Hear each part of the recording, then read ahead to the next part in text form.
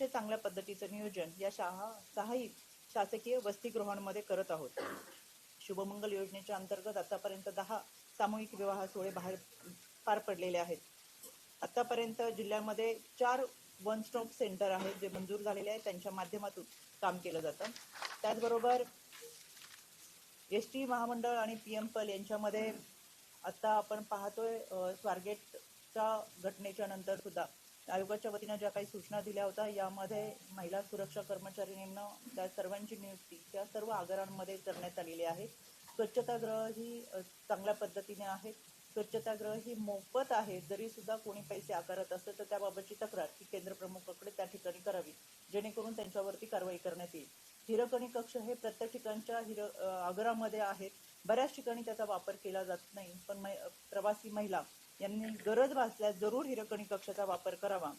यामध्ये 2024 मध्ये बेपत्ता झालेल्या महिलांची संख्या 1762 आहे. त्यापैकी 819 महिला आणि मुली ह्या सापडून आलेल्या आहेत. ज्या अजूनही सापडलेल्या नाही तर त्यांच्यासाठी खऱ्या अर्थानं मिसिंग केस म्हणजे मिसिंग केस दाखल झाल्यानंतर हरवलेल्या व्यक्तींचा विभाग हा स्वतंत्र कक्ष काम करत असतो, तो कार्यरत आहे. जिल्ह्यात एकूण 33 समुपदेशन केंद्र आहे. पोलीस अधीक्षक कार्यालयामध्ये 2 समुपदेशन केंद्र आहेत. असे एकूण 35 समुपदेशन केंद्र हे जिल्ह्यामध्ये कार्यरत आहेत. या आरोग्य विभाग जो महिलांसाठी आहे याच्यामध्ये स्वतंत्र महिलांचं आरोग्य केंद्र हे एक आहे, ज्यामध्ये महिलांसाठी अतिशय उत्तमरित्याचं काम केलं जातं.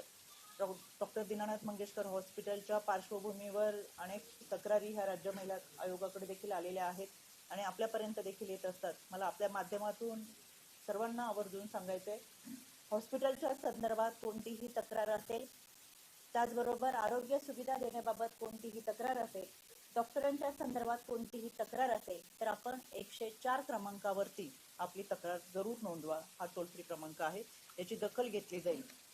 एकूण 108 प्राथमिक आरोग्य केंद्र आहेत. या प्राथमिक आरोग्य केंद्रांमध्ये आरोग्य विभागाचा आढावा सुरू असताना खऱ्या अर्थानं दिवसेंदिवस आपण पाहतोय मुलींची संख्या फार कमी होतीये आणि या पहिल्यांदा जेव्हा प्रेग्नन्सी डिटेक्ट होती त्याची नोंद ही रुग्णालयामध्ये होत असते.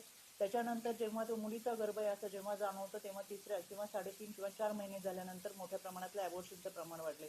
खऱ्या अर्थानं हे रॅकेट कशा पद्धतीने काम करतंय आणि ह्याच्यावरती धाडसत्र पद्धतीने मोठ्या प्रमाणातील कारवाई होणं गरजेचं आहे. तशा पद्धतीच्या सूचना या आरोग्य विभागाला दिलेल्या आहेत की मुलीचा गर्भ असताना सुद्धा आपण तिला जन्म दिला पाहिजे, हा एक अवेअरनेस फार मोठ्या प्रमाणात समाजात असला पाहिजे. एकीकडे आमचं चांद्रयान चंद्रावर गेले, आम्ही याच्या तंत्रज्ञानाच्या युगामध्ये वावरतोय. दुसरीकडे आजही विद्येचं माहेरघर म्हणणाऱ्या पुण्यामध्ये आणि पुण्याच्या आसपासच्या भागामध्ये जिल्ह्यामध्ये मुलींचं प्रमाण कमी होतंय. हे खरंच खेदजनक आहे. त्याच्यासाठी एकत्रित काम करणं फार गरजेचं आहे आणि म्हणून पालकांमध्ये जनजागृती करणं, मुलीच्या जन्माचं स्वागत करणं आणि खऱ्या अर्थानं हॉस्पिटलमधून सुद्धा अशा प्रेग्नन्सी डिटेक्ट झाल्यानंतर प्रथम नोंदणी होऊ नये. नंतर जर काही कारणाने त्यांची प्रेग्नन्सी नोंद त्या ठिकाणी होत नसेल तर त्यांच्यावरती कारवाई करणं फार गरजेचं आहे आणि अशा सूचना या माध्यमातून दिलेल्या आहेत. पुणे महानगरपालिकेच्या शाळांचा आढावा या निमित्ताने घेण्यात आला. स्वच्छतागृह असतील, तक्रार पेटी, सती सावित्री समिती या सगळ्या चांगल्या पद्धतीने कार्यरत आहेत. तरी सुद्धा माझी आपल्याला विनंती आहे, अशा कोणत्याही शाळेमध्ये आपल्याला काही आढळलं तर तशा पद्धतीची तक्रार किंवा माहिती आमच्यापर्यंत पाठवावी. यामध्ये 1515 शाळांपैकी 1132 शाळांमधून सहशिक्षण दिलं जातं आणि यामध्ये 83 शाळा या फक्त मुलींच्या या पुणे शहरामध्ये आहेत. आजच्या बैठकीमध्ये खरं तर राज्य महिला आयोगाच्या वतीनं दीनानाथ मंगेशकरची घटना घडल्यानंतर SOP तयार करण्याबाबतच्या सूचना ससून रुग्णालयाला दिल्या होत्या. यामध्ये पीडित व अत्याचारग्रस्त महिलांची वैद्यकीय चाचणीसाठी SOP तयार करण्याबाबत समिती गठीत करण्यात यावी अशा पद्धतीची बैठक 7 तारखेला पोलीस आयुक्त यांच्या दालनामध्ये झाली होती. त्या अनुषंगाने आज ससून रुग्णालयाने SOPच्या संदर्भातली बैठक आणि त्या संदर्भातला संपूर्ण की ससून रुग्णालयाने ती SOP बैठकी गठीत करण्यासाठी कोणाकोणाला आमंत्रित करावं आणि कशा स्वरूपाची SOP असावी या संदर्भातली चर्चा आज या सर्व मान्यवरांच्या उपस्थितीमध्ये केली.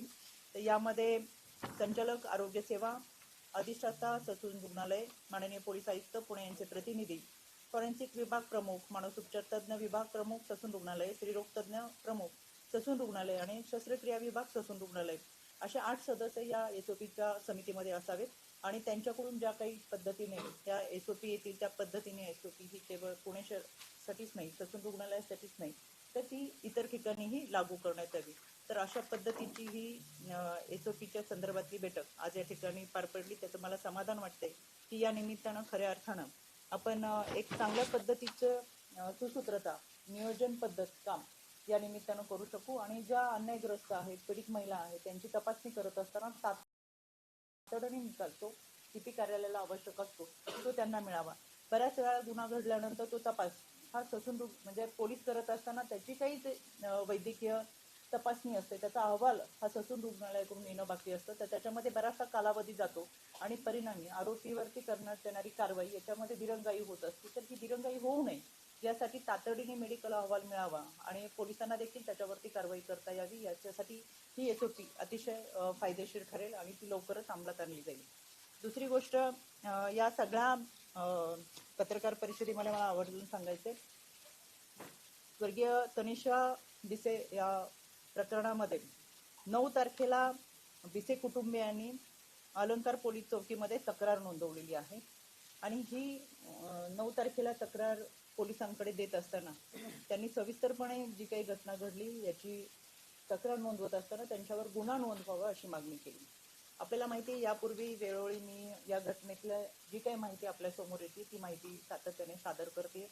धर्मादाय आयुक्ताचा अहवाल असेल, माता मृत्यू अन्वेषण समितीचा अहवाल असेल, डॉक्टर राधाकिशन पवार यांनी सादर केलेला अहवाल असेल आणि जो चौथा आहे, डॉक्टर डीन स्वतः या ठिकाणी बसले, जो ससून रुग्णालयाचा अहवाल, जो चौथा अहवाल मंत्रालयामध्ये ते सादर करणार आहेत, तो अहवाल आल्यानंतर हा गुन्हा नोंद होतोय. त्याच्यामुळे आजचा त्यांचा अहवाल त्याच्या संदर्भात ते तुम्हाला सांगते.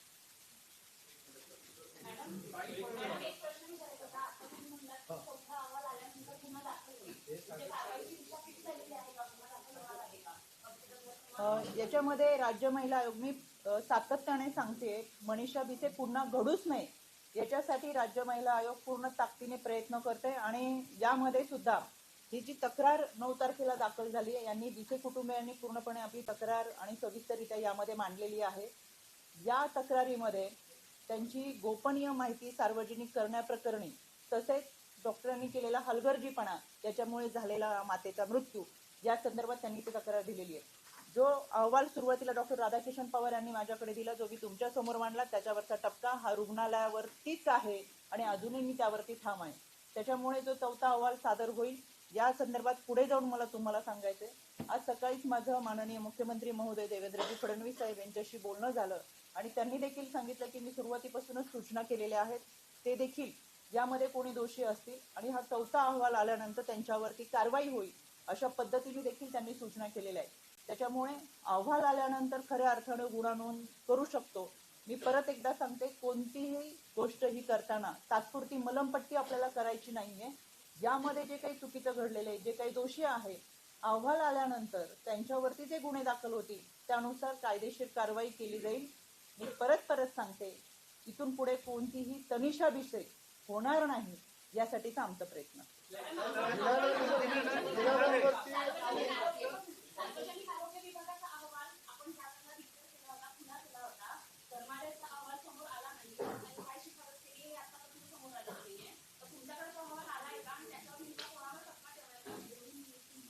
आठ तारखेला धर्मादाय आयुक्तांचा अहवाल हा मंत्रालयामध्ये सादर झाला.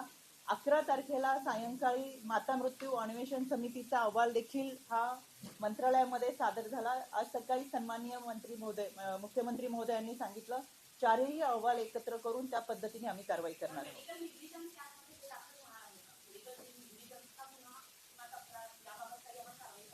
नक्कीच त्याच्या संदर्भात आपल्याला डीन सांगेल.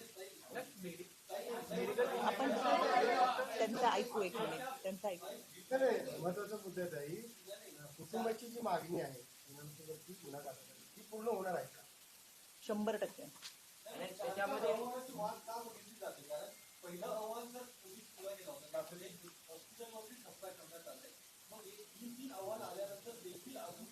योगेशजी, कोणती रुग्णालय हे धर्मादाय आहे, त्याच्यामुळे धर्मादाय रुग्णालयाचा अहवाल असणं गरजेचं आहे. यामध्ये माता मृत्यू झालाय म्हणून माता मृत्यू अन्वेषण समितीचा अहवाल आवश्यक आहे. त्याचबरोबर राधाकिशन पवार यांच्या समितीने जो अहवाल तयार केला मी सविस्तर तुमच्या समोर मांडला आणि याच्यामध्ये रुग्णालय दोषी आहे असं स्पष्टपणे तुम्हाला सांगितलं. खरं तर कोणतीही गोष्ट करताना मी वारंवार सांगतेय की आपल्याला तात्पुरती करायची नाहीये. यामध्ये जो चौथा अहवाल येतोय तो ससून रुग्णालयाकडून येतोय आणि त्याच्या संदर्भात डीन आपल्याशी बोलतीलच. मी खास आवर्जून डीन सरांना इथे बोलवलंय. कोणतीही गोष्ट तुमच्यापासून लपून ठेवत नाही. हा लढा एका तनिषा बिसेचा नाही, तर तो लढा मातृत्वाचा आहे आणि तो शेवटपर्यंत लढला जाईल. राज्य महिला आयोग यासाठी सातत्याने पाठपुरावा करते. त्याच्यामुळे अहवाल न येता सुद्धा गुन्हा दाखल जर झाला तर मला असं वाटतंय की आपण कुठेतरी कमी पडतोय तिथं. संपूर्ण सगळे अहवाल सादर झाल्यानंतर कायदेशीर कारवाई जी होईल ती कायमस्वरूपी होईल. ती इतरांना चपराक बसणारी असेल, चुकीचं वागणाऱ्यांना चपराक बसणारी असेल आणि या सगळ्या पद्धतीने वैद्यकीय विभागामध्ये हलगर्जीपणा करणाऱ्यांना लगाम लावणारी असेल. त्याच्यामुळे आजचा अहवाल आता दिनसर सांगतीलच, पण आजचा अहवाल किंवा ते सादर करतील त्यावेळेसला अहवाल यानुसार कारवाई होईल. यामध्ये स्वतः मुख्यमंत्री महोदय सुद्धा अतिशय सकारात्मक आहे. मी सातत्याने त्यांच्या संपर्कामध्ये आहे. त्याच्यामुळे यामध्ये कायदेशीर कारवाई ही केली जाईलच.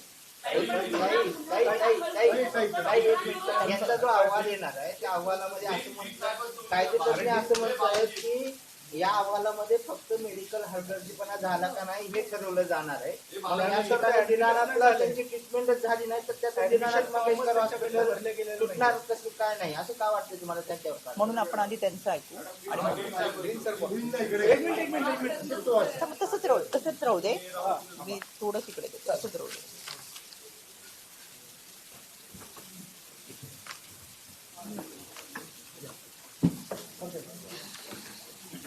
अरे दोघे थांब.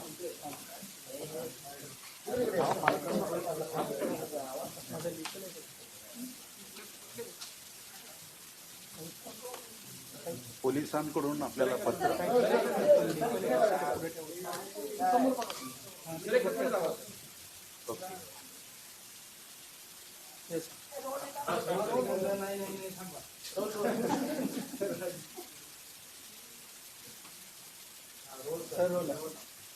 पोलिसांकडून पत्र प्राप्त झाल्यानंतर आपण शासकीय नियमानुसार गव्हर्नमेंटचा GR आहे त्याप्रमाणे कमिटी स्थापन केली.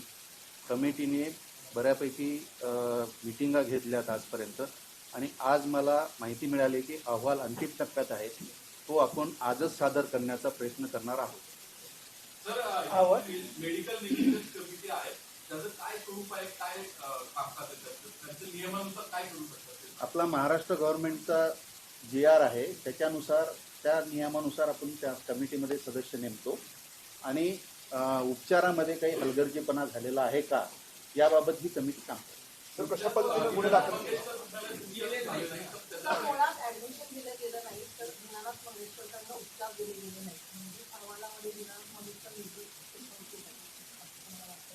नाही आता त्याच्याबद्दल कॉमेंट करणं अवघड आहे. एकदा अहवाल प्राप्त झाल्यानंतर आपण त्याच्यावरती बोललेलो योग्य आहे.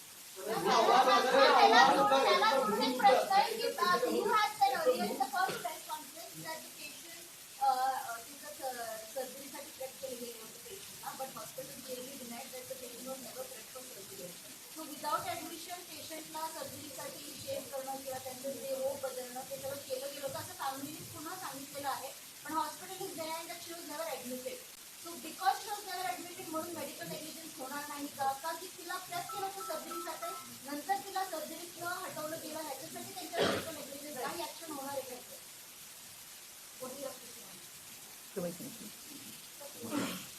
मी मला असं वाटतं की सुरुवातीपासून सांगितलं आम्ही की पेशंट आता माझ्याकडे ती मी मागच्या तुम्हाला प्रेसमध्ये ते सगळे कागद दाखवले होते. मी आता माझ्याकडे नाही आहेत की OPDचे कागद होते, त्याच्या अगोदर मेडिकल हिस्ट्री होती, त्याच्या संदर्भातली माहिती होती आणि आम्ही आमच्याकडून कोणीही असं म्हणलेलं नाही की तिथं पेशंटची एंट्री दाखवली नाहीये.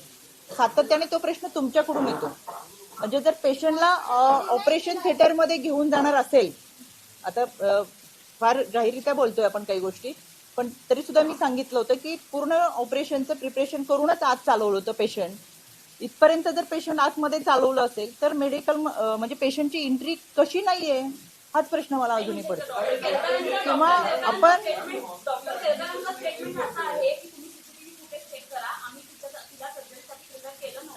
आणि आम्ही कोणत्याही दृष्टीने कुठल्याही सर्जरीची तयारी केली नव्हती आणि ऍडमिशन दिलं नव्हतं. याच्यामध्ये मागच्या प्रेस नंतर तुम्हाला आठवत असेल मी प्रेस कॉन्फरन्स घेतली आणि 2 तासात डॉक्टर गेस्टस यांनी राजीनामा दिला. प्रत्येक जण जर त्यांना स्वतःला वाचवण्याचा जो प्रयत्न करत असेल तर त्यांच्या बाजूनी त्यांनी पेशंटची संपूर्ण वैयक्तिक माहिती ही सार्वजनिक केली आणि जेव्हा प्रेस झाली त्यांच्यावरती तशा पद्धतीचा आरोप लावला तर ती वैद्यकीय माहिती सार्वजनिक केली ती सुद्धा त्यांनी आता परत डिलीट केली. म्हणजे हे जे सगळे प्रकार चालू आहेत हे स्वतःला वाचवण्यासाठी आहे. त्याच्यामुळे मी ठामपणे तुम्हाला सांगते याच्यामध्ये खऱ्या अर्थानं आपल्याला तनिषा बिसेलला न्याय द्यायचा आहे करतो. आज स्वतः डीन सर आतापर्यंत कोणत्याही प्रेस कॉन्फरन्सला उपस्थित नसतील. आज ते तुमच्यासाठी स्वतः या ठिकाणी उपस्थित राहिलेले आहेत आणि हा लढा मातृत्वाचा आहे. मी परत परत सांगते आणि आपल्याला सगळ्यांना एकत्रितरित्या याच्यासाठी काम करायचं आहे. हा जो ससून रुग्णालयाचा अहवाल प्राप्त होईल तो सन्माननीय मुख्यमंत्री महोदय मेडिकल नीतीमध्ये त्यांचं म्हणणं आहे की जर वैद्यकीय उपचार झाले असतील त्या हलगर्जीपणाला सर, तुमच्या ह्याच्यामध्ये तर कारवाई होणार. तिथं उपचार झाले नाही ते कारवाई कशी करतात? कोणत्या आधारावर झाला गेला? तर कायदा किंवा त्या जे या सगळ्यामध्ये प्रश्न असा आहे की अकाउंटिंग ऑफ डेथ हे कसं काय फिक्स करणार? आणि एक मात्र धर्मादाय प्रभारी समितीने काय नेमके निष्कर्ष दिलेले आहेत ते अजूनही माहिती नाहीये. तर त्याबद्दल तुम्ही भाष्य कराल का?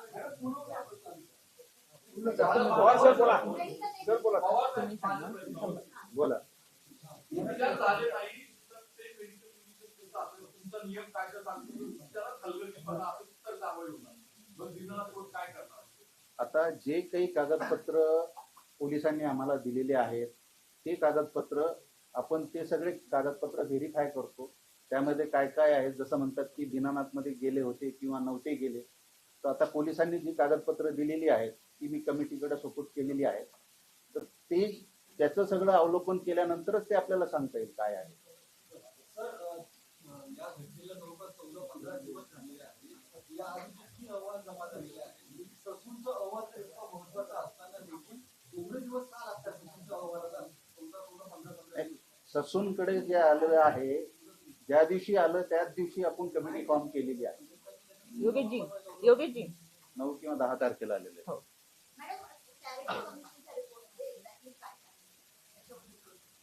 धर्मादाय आयुक्त आणि माता मृत्यू अन्वेषण समिती हे दोन्ही अहवाल हे मंत्रालयामध्ये पाठवलेले आहेत. त्याच्यामुळे तो अहवाल माननीय मुख्यमंत्री महोदयाच्या माध्यमातूनच आपल्याला समजेल. ताई, बॉम्बे नर्सिंग ऍक्ट आहे त्यानुसार रुग्णालयावर दाखल आरोपी विभाग म्हणते की जर आमचं प्रश्न आहे तो महापालिकेचा असेल महापालिका दाखल. बॉम्बे नर्सिंग ऍक्टनुसार दोनच तरतूद आहे, एक तर दंड किंवा त्यांचं तरतूद आहे. दोन्ही कारवाई काहीच त्यामध्ये हालचाल महापालिकेने आता केली नाही. तुम्ही सांगा कुठल्या कायद्यामुळे त्यांच्यावर कारवाई करणार आहे मेडिकल? याच्यामध्ये आपण पाहतोय प्रत्येक विभागाचा अहवाल हा वेगवेगळ्या स्वरूपाचा आहे. त्यांना ज्या पद्धतीने सांगितले त्या पद्धतीने त्यांनी समिती गठीत करून आपल्याला अहवाल पाठवलेला आहे. आता आपल्याकडे जे ससून रुग्णालयाचा अहवाल जे काही आता त्यांना थोडा कालावधी लागतोय त्याच्यामध्ये ते आपल्याला सादर करतील. तर याच्यामध्ये महाराष्ट्र मेडिकल असोसिएशन आणि इंडियन मेडिकल असोसिएशन यांच्या वतीनं सुद्धा काही सूचना आणि पत्रक हे काढलेलं आहे. त्याच्यामुळे या सगळ्यांचा एकत्रितरित्या अभ्यास करून यांच्यावरती ही कारवाई केली जाईल. काही एवढे अहवाल येत आहेत, एवढ्या सूचना, एवढे मार्गदर्शन, तुम्ही म्हणताय की न्याय द्यायचा नाही द्यायचा. आज ससूनला साधारण तुम्ही किती यांना माहिती असेल 11 तारखेचा जर अहवाल म्हणताय, पहिले 3 अहवाल लवकर आले. प्रत्येक वेळेला ससूनच एवढा वेळ का लागतो? कुठलाही ड्राफ्ट द्यायचा असेल एका रिपोर्ट द्यायला ससूनला एवढा वेळ लागतो. माता मृत्यू अन्वेषण समितीचा अहवाल तुम्ही जसं म्हणलं की पुढच्या 2 दिवसात आला, तो 2 दिवसात आला. राज्य आयोगाचा अहवाल जो आहे तो एका दिवशी आला. प्रत्येक वेळेला कुठलाही अहवाल द्यायला ससून एवढा दिवस काय का करतो? अक्षयजी पहिला जो होता डॉक्टर राधाकिशन पवार यांच्या वतीनं सादर होणारा तो ससून रुग्णालयाच्या कमिटीकडूनच होणार होता. तो त्यांनी आपल्याकडे सादर केला आणि मी तुम्हाला 7 तारखेला तुमच्या सगळ्यांसमोर मांडला. आता त्याच ससूनला हा राज्यस्तरीय म्हणजे राज्याच्या लेवलवरचा मंत्रालयातून दिलेला सूचना समिती गठीत करून करण्याचं सांगितलं. त्याच्यामुळे त्यांनी तो सादर केल्यानंतर ह्या समितीने हे कामकाज सुरू केलेलं आहे. त्याच्यामुळे तुम्हाला मला वाटतं 8 का 9 तारखेला 10 तारखेला त्यांना 10 तारखेला खरं 9 तारखेला तक्रार झालेली आहे पोलीस स्टेशन मध्ये. त्यानंतर आपल्याकडे आले. आपल्याकडे त्यानंतर ही कारवाई सुरू झाली. शासनाकडे कुठली कारवाई केली? कारण की पहिला जो डॉक्टर राधाकिशन पवार यांच्याकडचा होता तो ससून रुग्णालयाचा होता. तो अहवाल गेल्यानंतर परत एकदा मंत्रालयातून सूचना आल्या की ह्यांनी ससून रुग्णालयाने त्यांना अहवाल पाठवावा. त्याच्या पत्र दिलं कुटुंबांनी म्हणून हो ना, मग हे 9 तारखेचे आहे आणि त्यांना 10 तारखेला सूचना गेल्या. ते सुद्धा आपण राज्य महिला आयोगाच्या वतीनं पाठपुरावा करतोय, कारण की मी स्वतः अलंकार पोलीस चौकीच्या सर्व विभागाच्या संपर्कात असताना गुन्हा कोणत्या स्वरूपाचे नोंद करायचे हे अहवाल आल्याशिवाय करू शकणार नाही असं संबंधित पोलीस विभागाने सांगितल्यामुळे यांचा अहवाल अत्यंत महत्वाचा ठरतोय. तात्पुरता जर गुन्हा नोंद करायचा असेल पण तो कोर्ट 5 मिनिटात जर पेटाळणार असेल आणि तो कोर्टात टिकणारच नसेल, म्हणून मी सातत्याने सांगते जे काही करायचंय ते कायमस्वरूपी करावं, म्हणून यांचा अहवाल आपल्यासाठी फार महत्वाचा आहे.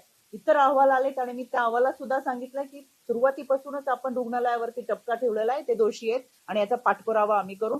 स्वतः मी अलंकार पोलीस चौकीमध्ये सातत्याने पाठपुरावा करत होते, त्यावेळेस त्यांची ही तक्रार दाखल करून घेतलेली आहे. आता ही तक्रार दाखल करून घेतली, त्यांचं जे काही म्हणणं आहे ते त्यांनी तक्रारीत मांडलेले आहे. ससून रुग्णालयाने दिलेल्या अहवालानंतर याचं स्वरूप गुन्ह्यामध्ये होईल, त्याच्यासाठी मी परत तुमच्या समोर येऊन तुम्हाला कागदपत्र देऊन याची शहानिशा करतो.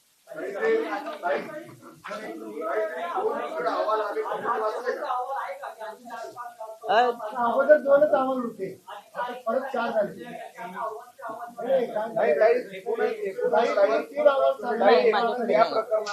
कारण की 11 तारखेला दाखल झाले आणि ते मंत्रालयाच्या विभागामध्ये माझ्याकडचा जो अहवाल होता तो मिकी सर माझ्याकडचा अहवाल मी तुम्हाला वाचून दाखवला. बाकीचे अहवाल हे मंत्रालयामध्ये सादर झालेले ते एकत्रितरित्या आपल्या समोर येतील. काही ससूनचा अहवाल यायला वेळ लागतो, मात्र पीके कुटुंबियांनी चिंता व्यक्त केली की याचे जे आरोपी आहेत ते पळून जातील. अहवाल येईपर्यंत प्रशासनाकडून कारवाई होण्यापर्यंत आता जी काही कागदपत्र दिलेली आहेत ती जवळजवळ 3 हॉस्पिटलची आहेत. प्रत्येक हे प्रकरण एवढं सेन्सिटिव्ह आहे की ते प्रत्येक ज्या नोट्स आहेत त्या ओळ ना ओळ त्याच्यामध्ये वाचावं लागते प्रत्येक कमिटी मेंबरला. त्यामुळे त्याच्यामध्ये थोडासा वेळ लागतोय, परंतु आता आम्हाला 10 तारखेला ह्या मिळालेलं आहे सगळं. त्याच्यानंतर आपण कमिटी फॉर्म केली तर हा वेळ एकदम अत्यल्प आहे. जेवढा मोठा अहवाल आम्हाला सगळं सविस्तर बघायचं. आमचा प्रयत्न आजच रात्रीपर्यंत उशिरापर्यंत देण्याचा आमचा प्रयत्न आहे. आणि तीन जे अहवाल आले हे आहे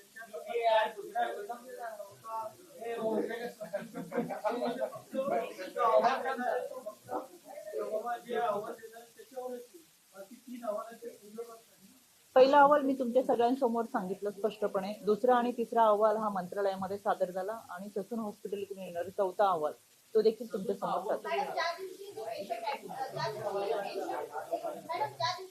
हॉस्पिटलला गेले होते त्या दिवशी त्यांना ऍडव्हान्स सांगितले डॉक्टरनी दिलेला, पण त्याच दिवशी हॉस्पिटलच्या आयपीएफ फंडमध्ये 35 कोटी रुपये पडलेले meant to be use for this patient आणि त्यांनी आधी सुद्धा चॅरिटीच्या अंडर त्यांनी बेनिफिट घेतले, म्हणजे ते चॅरिटीसाठी एलिजिबल होते, तरीही हॉस्पिटलनी ऍडव्हान्स पेमेंट साठी डिमांड केली.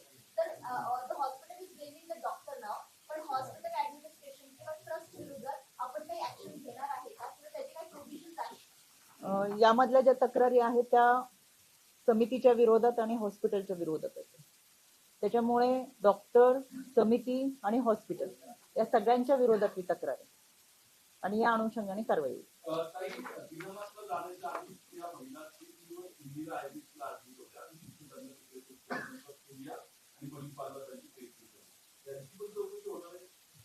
ती सविस्तर माहिती यांच्या अहवालामध्ये आहे. ते तेच सांगतात की आम्हाला फक्त त्यामध्ये इंदिरा IVF ची पण कागदपत्र आहेत.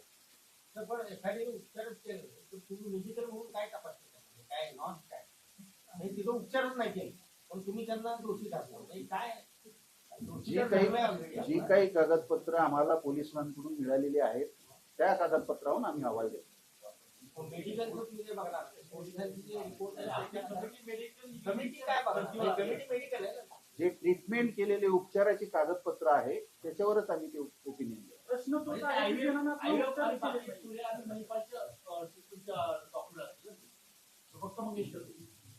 सगळ्यांचे आहेत. मंगेशकर मध्ये त्यांना ऍडमिट केलं गेलं नाहीये, मग दीनानाथ मंगेशकर त्यांचं म्हणणं चुकतंय का? तो मुद्दा ऑलरेडी आधीच्या कमिटीमध्ये आलेला आहे. पहिल्या कमिटीमध्ये पण आहे. पण या अहवालात त्याचा तो मुद्दा घेणार आहे का? दीनानाथ मंगेशकर मध्ये त्यांना ऍडमिट केलं गेलंच नाहीये, त्याच्यामुळे हॉस्पिटलमध्ये गेलं म्हणून दीनानाथ मंगेशकरवर सगळा हा जो आहे तो चुकतोय. तर दीनानाथ मंगेशकरवर काही कारवाई होणार या सगळ्या या अहवालामध्ये त्याबद्दल काही माझं जाणार आहे. कारण आता तुम्ही जो अहवाल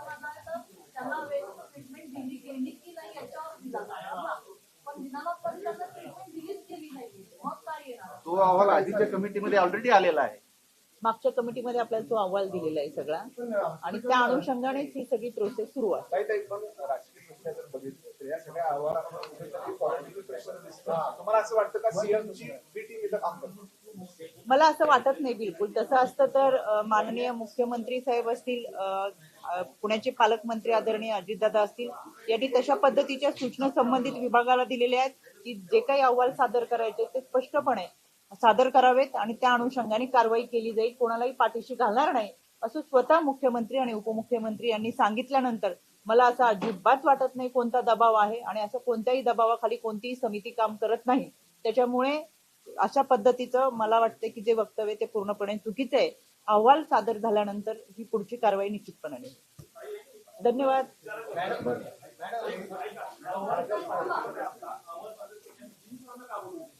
आता मी तेच सांगितलं. आज जनसुनावणी होती आणि ते अहवाल सादर करणार होते. पण एक मिनिट, मी तेच सांगितलं, तुम्ही प्रेस ऐकली नाही माझी व्यवस्थित. 7 तारखेला पोलीस आयुक्तांच्या कार्यालयामध्ये निखिलजी पिंगळे सुद्धा याच ठिकाणी उपस्थित आहेत. ते प्रातिनिधिक स्वरूपात स्थितींच्या वतीने उपस्थित आहेत. डॉक्टर दीनानाथ मंगेशकर रुग्णालयाच्या घटनेच्या पार्श्वभूमीवरती ज्या कोणी पीडित असतील किंवा अत्याचारग्रस्त असतील त्यांच्या संदर्भातला जो अहवाल ससून रुग्णालयाकडे जातो किंवा त्यांचं मेडिकल चेकअप होतं आणि त्याच्या संदर्भातला जो अहवाल येतो ते येण्यासाठी बराच कालावधी लागतो. आणि हे होत असताना हे कशामुळे होतं याच्यासाठी आम्ही त्या दिवशी चर्चा केली. त्या चर्चेतून असा निष्कर्ष निघाला की एक एसओपी साठी समिती गठीत करावी आणि ही समिती गठीत करत असताना आज त्या अनुषंगाने त्या समितीचे सर्व मेंबर या ठिकाणी उपस्थित होते. आता समितीमध्ये कोण कोण होतं मी तुम्हाला मगाशी सांगितलं आणि या समितीची चर्चा करण्यासाठी हे सगळे उपस्थित राहिले. या समितीच्या माध्यमातून खऱ्या अर्थानं इथून पुढे कोणतीही घटना असेल, जसं इतर घटनेच्या बाबत म्हणले की महिलेची तपासणी करत असताना महिलाच पाहिजे, पुरुषांनी केली, तर त्याच्या पाठीमागचं कारण सुद्धा त्यांनी सांगितलं. मग ते एसओपी मधून आपण ते दुरुस्त करण्याचा प्रयत्न करतोय की इथून पुढे अशा कोणत्याही घटना घडू नये. महिलेची मेडिकल करत असताना महिलाच उपस्थित असल्या पाहिजे, पण त्यामध्ये वेगवेगळे डिपार्टमेंटचे लोक राहतील. पण ती एसओपीच्या माध्यमातून आता पूर्णपणे आपल्याला व्यवस्थितरित्या सुसूत्रता आणून करावं लागेल. आणि या चर्चेसाठी सगळ्या विभागाचे अधिकारी आणि ससून रुग्णालयाचे डीन आणि संचालक हे सगळे उपस्थित होते आणि म्हणून आत्ताच्या त्या बैठकीला आले. आणि त्याच्यानंतर आवर्जून मी त्यांना सांगितलं की आपल्याला पत्रकारांना ही भूमिका मांडायची, कारण की आपला अहवाल आज सादर होणार होता. तर सरांनी स्वतः सांगितलं की मी सांगेल, कारण की ही एसओपीची सुद्धा समिती गठीत करून सुद्धा ती सुद्धा तयारी आम्हालाच करावी लागतीये आणि या यंत्रणेमध्ये आम्हाला थोडासा उशीर होतोय. तर मी पत्रकारांशी बोलून का उशीर होतोय आम्ही सांगू. धनंजय केळकर वरती गुन्हा दाखल होणार आहे का? मंगेशकरचे धनंजय केळकर आहेत हे सर्व त्यांच्यावरती गुन्हा दाखल होणार का? आता आपण अहवालावरती इतका सगळा पाठपुरावा करतोय. तुम्ही सगळेजण इतक्या चांगल्या पद्धतीचं सहकार्य करता आणि आपल्या सगळ्यांचा लढा एका दिशेने. त्याच्यामुळे आता जो अहवाल येईल त्याच्यानंतर जे जे दोषी आहेत नाही, पण टाळाटाळ कुठं केलेली नाहीये, वेळ लागतो बिलकुल नाही.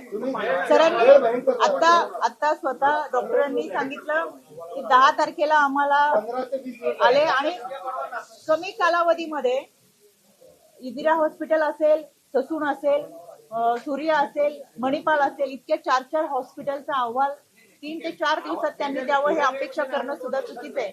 म्हणून मला असं वाटतं की तात्पुरती कुठली गोष्ट आपल्याला करायची नाहीये. पवारांचा जो पहिला अहवाल आहे आणि यांचा ससूनच्या तज्ञांचा अहवाल यात जर कॉन्ट्रडिक्शन झालं तर मग आणखी एक कमिटी नेमावी लागणार. मला गरज वाटत नाही त्याची. काही गुन्हा दाखल होताना नेग्लिजन्सचा जर गुन्हा दाखल होत असेल तर बीएनएस सेक्शन 1061 असं म्हणतं की मेडिकल प्रॅक्टिशनर कडनं जर नेग्लिजन्स झाला तर गुन्हा दाखल होईल, जेव्हा उपचार होतात तेव्हा. आधी उपचारच झाले नाहीये तर बीएनएस कुठलेही दाखल करा, पण मग इथे गुन्हा दाखल होतोय तर नाही होतोय. अक्षय, आपण परत त्याच विषयावरती येतोय. मला असं वाटतं की या डॉक्टरांच्या अहवालामध्ये सर्वच व्यवस्थित येईलच आणि तुमचा प्रश्न तुम्ही तो प्रत्येक वेळेस तोच विचारताय. खरं तर आतापर्यंत आमच्याकडून कोणीही तशा पद्धतीचं वक्तव्य केलं नाही की पेशंट ऍडमिट होताना दिसत नाहीये किंवा पेशंट तिथं ऍडमिट झालेलं नव्हतं किंवा पेशंटची ट्रीटमेंट तिथं होत नव्हती, तर कारवाई कशी होणार. खरं तर आम्ही कोणीही या गोष्टीचा उल्लेख सुद्धा केलेला नाहीये. हा प्रश्न आपल्याकडून येतोय. त्याच्यामुळे मला असं वाटतं दिनानाथ नाकारते मॅम, आम्ही नाही बोलत ते. तुम्हाला माहिती सुरुवातीला ते बचावाच्या प्रयत्नात असल्यामुळे ते काय म्हणतात ते महत्वाचं नाही, अहवाल काय म्हणतो ते महत्वाचं. काही अहवाल पब्लिक करणार का? काम करणाऱ्या महिला